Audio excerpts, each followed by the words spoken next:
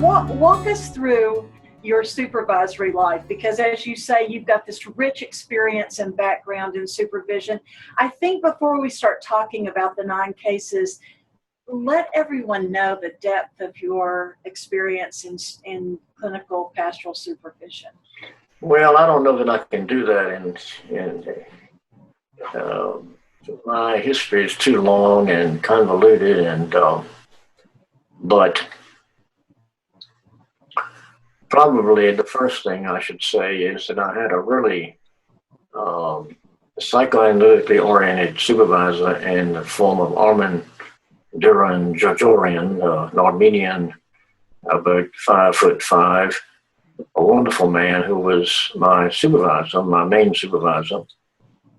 And he took me under wing, and I could tell that he loved me, which is very important in supervision, but he also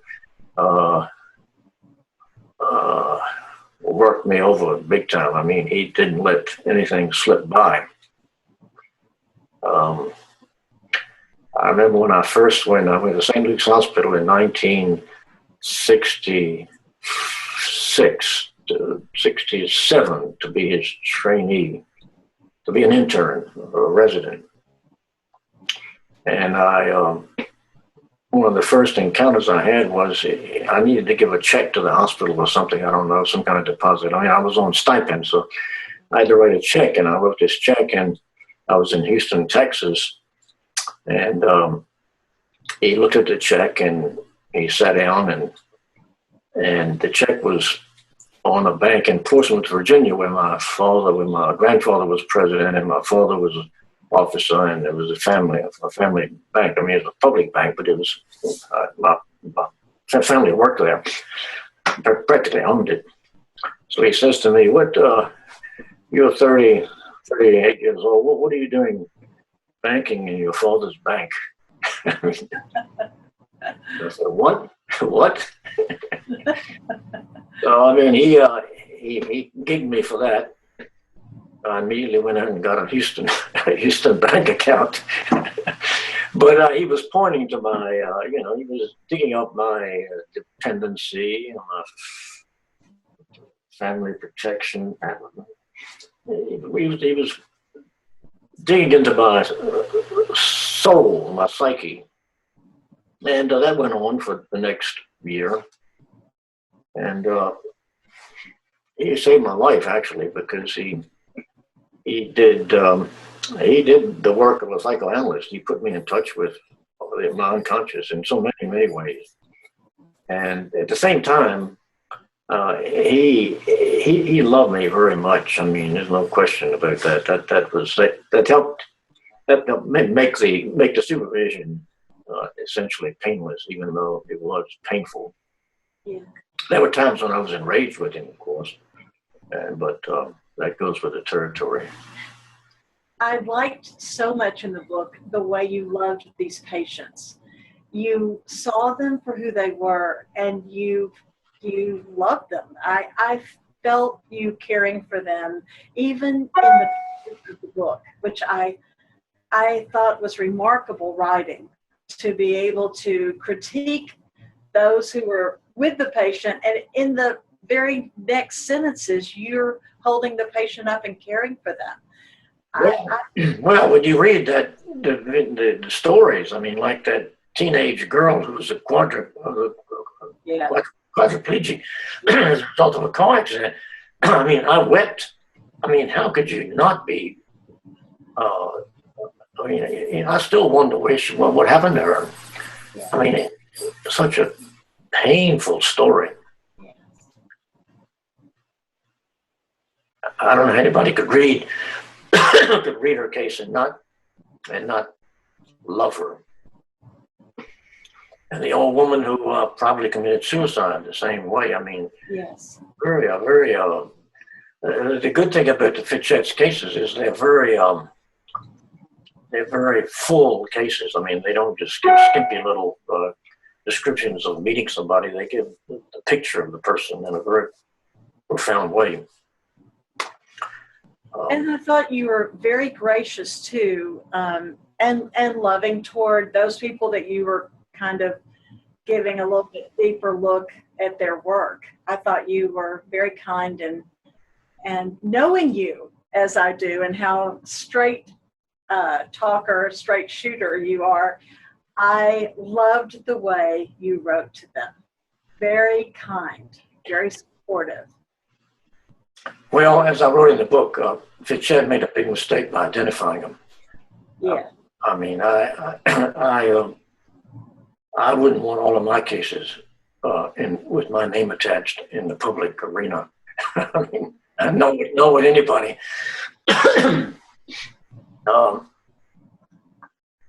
Which is why I didn't identify the chaplains in my book. Of course, they can go to Fitzgerald's book and find the name and their job and the whole business. So, have you gotten much feedback on the book? I've gotten very little feedback, and all of it positive, because I don't think the negative criticism has been silenced.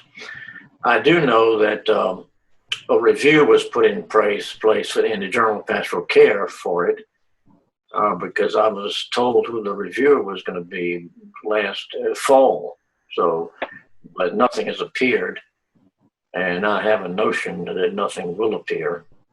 So I think the feedback I'm getting is that a lot of people don't want to hear it.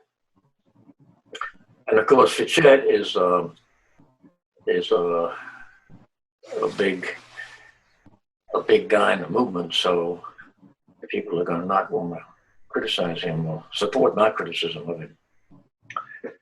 So we'll see. That's a skirmish waiting down the road, maybe. It makes it all that much more important, though. It makes it that much more important that this is a guy who won't receive much feedback. It's, the same with politicians. People don't get feedback when they get in positions of power. They don't really know who they are without this kind of really strong, effective feedback. So the young 17-year-old girl that was the favorite story for you in the book? Well, it was certainly the case that touched me the deepest. I mean, it was like the case of a person who was in the worst imaginable straits of any of the others in the book. I mean, my heart went out to the woman who probably committed suicide, but I mean, she's an old woman at the end of her life, and a poignant story, but still, I mean, she was, it wasn't as poignant as a teenage girl whose life is interrupted, probably essentially ended. The story is that the 17-year-old girl has a car wreck, and she's paraplegic. Her neck is broken, her spine is broken, severed in some place, and probably will never recover. And she's essentially a head in a bed. And the chaplain comes in, and her light at the end of this very, very dark tunnel is that there's a young boy her age who suffers from the same condition that they have brought in a bed to her room. And I think you're struck by the fact that she asked the chaplain to wash her face to make her more. After she met this teenage boy, yes, she had no hope. She had nothing but denial and despair, as I remember, until she met this teenage boy who rolled into her room. He was, I think he was in a chair or something, but he somehow got into her room.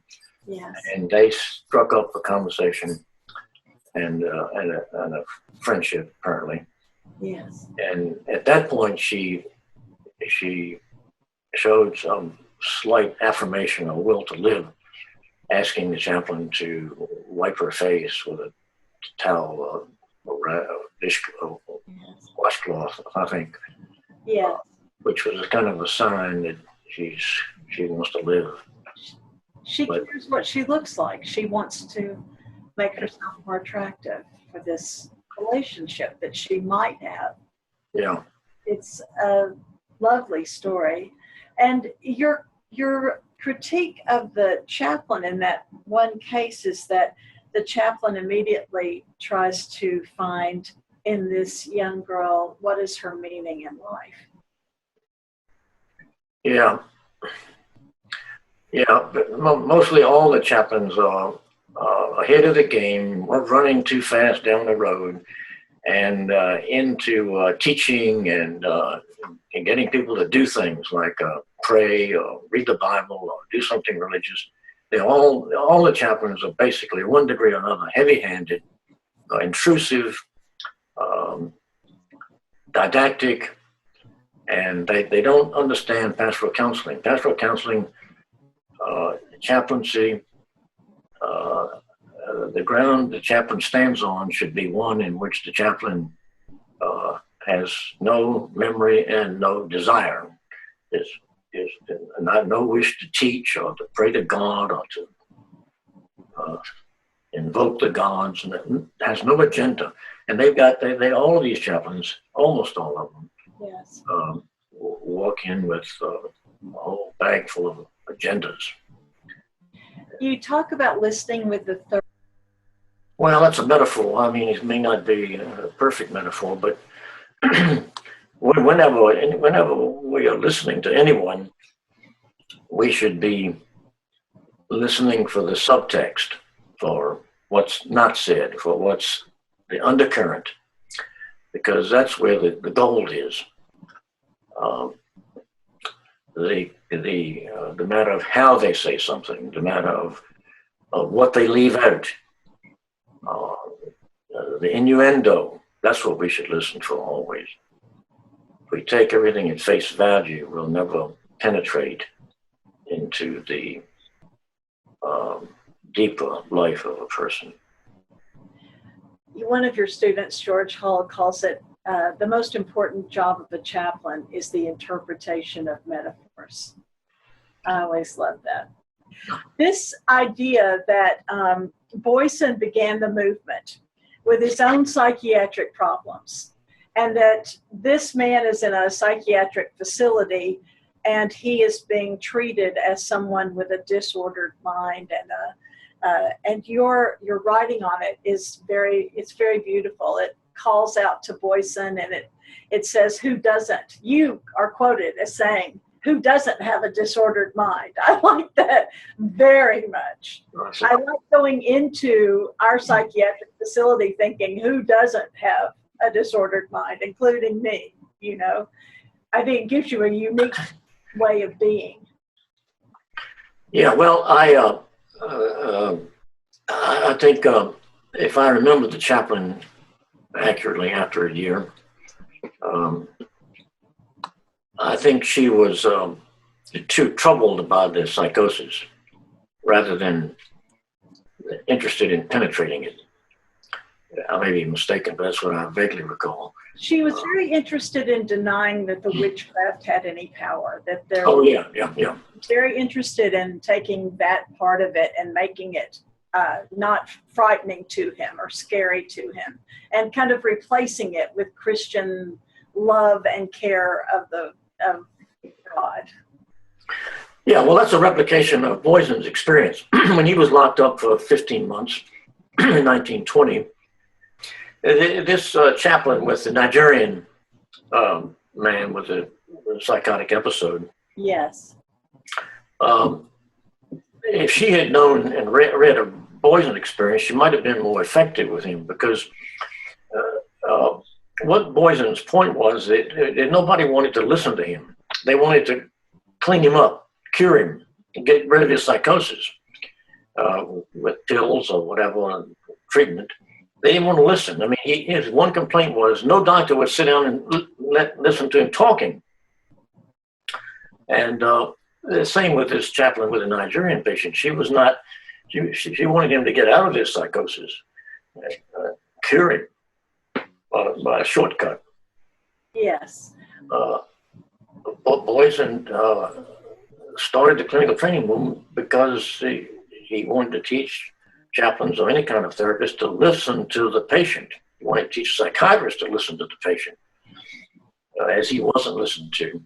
And his axiom, which is we should never forget, is it's not what the man says to the boy, it's what the boy says to the man.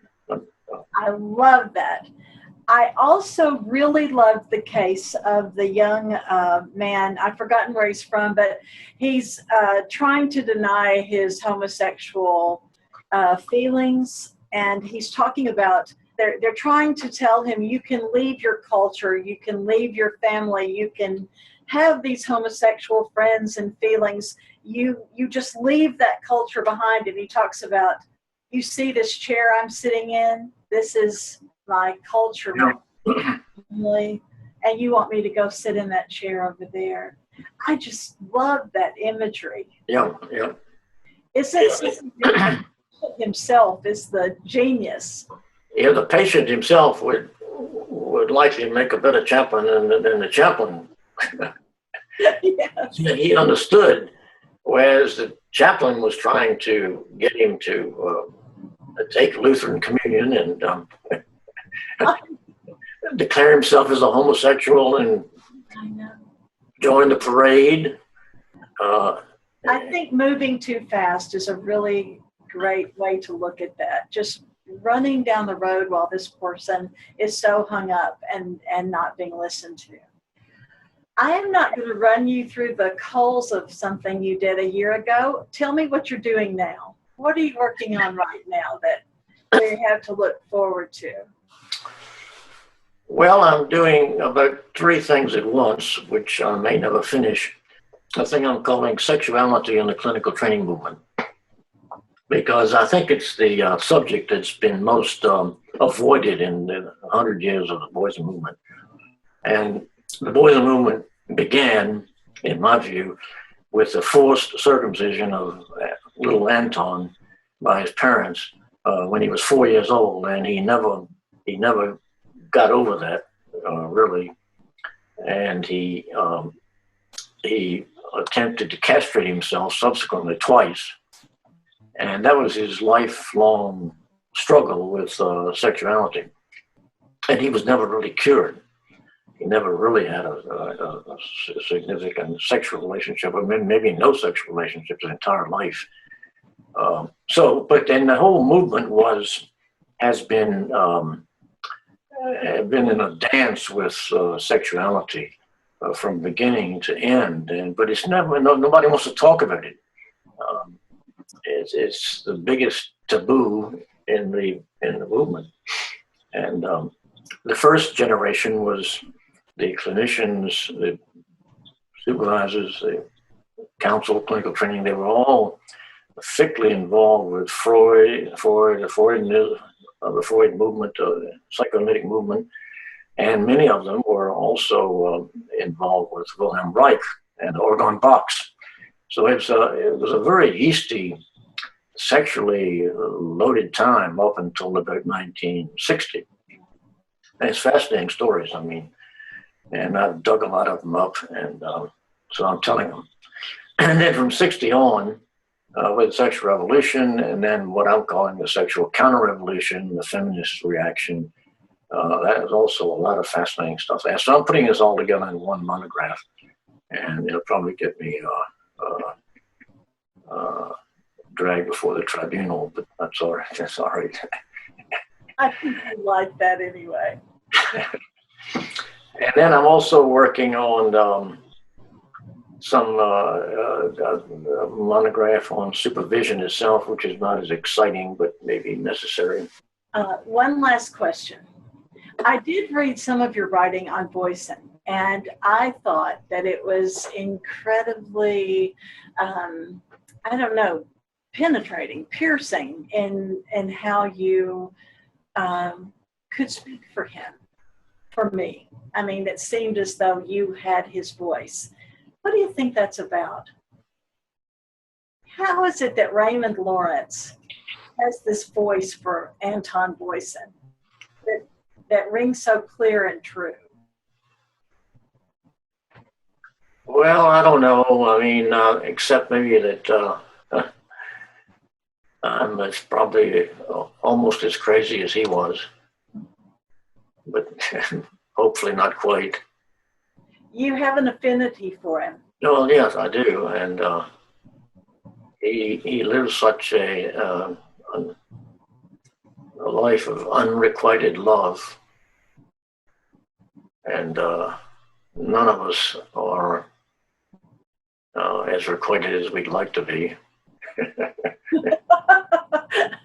That's true. I'm in that.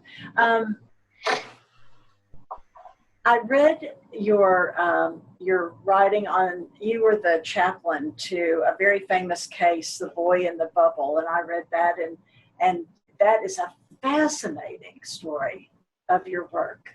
Well, I think I've rewritten that since you read the original script, which I think I've improved. No, that's another thing I'm going to publish. Actually, the typescript was looked at by an agent friend of mine in New York City, and he said the publishers won't take it for a variety of reasons. They won't take publishing is difficult anyway, and he suggested I self-publish, or even better that I get somebody to make it a screenplay. Well, so I don't know about that, but wouldn't know how to do a screenplay myself. But I'm going to self-publish it probably before the end of the year. Yes. No, it's I don't know how much you want to go into that now, but knowing David the Bubble Boy and his main caretaker has been one of the high points of my life.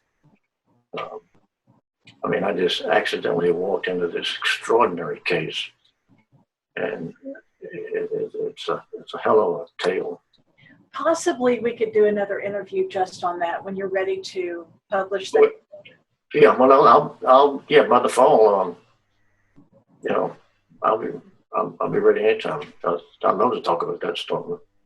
I love this 9 Cases book. I just think it should be the textbook for pastoral care. I so appreciate you interviewing with us and looking so dapper. Hey, you made my day, Susan. Big deal. A very big deal. Thank you, Raymond. We need more Susan McDougalls. Oh, well, I think we may need to keep you around a long time. Thanks, Raymond. Okay. Thank you, Susan.